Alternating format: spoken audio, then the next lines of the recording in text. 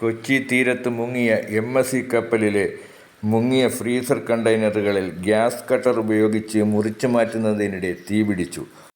ഫ്രീസറിലെ കംപ്രസറിൽ നിന്നുള്ള ഗ്യാസും ഓയിലും തീപിടിച്ചു. ഫ്രീസറിലെ ഗ്യാസ് നിർവീര്യമാക്കാതെ കട്ടർ ഉപയോഗിച്ചതാകാം തീപിടുത്തത്തിൻ്റെ കാരണം.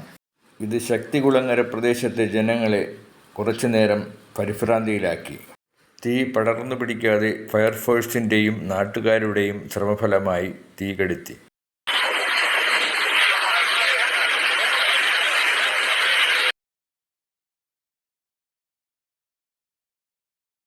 ഈ പ്രദേശങ്ങളിൽ ശക്തമായ കാറ്റും മഴയും കാരണം കണ്ടെയ്നറുകൾ തീരത്തടുപ്പിച്ച് മുറിച്ച് നീക്കുന്നതിന് കാലതാമസം വേണ്ടിവരുമെന്നാണ് അധികൃതർ അറിയിക്കുന്നത്.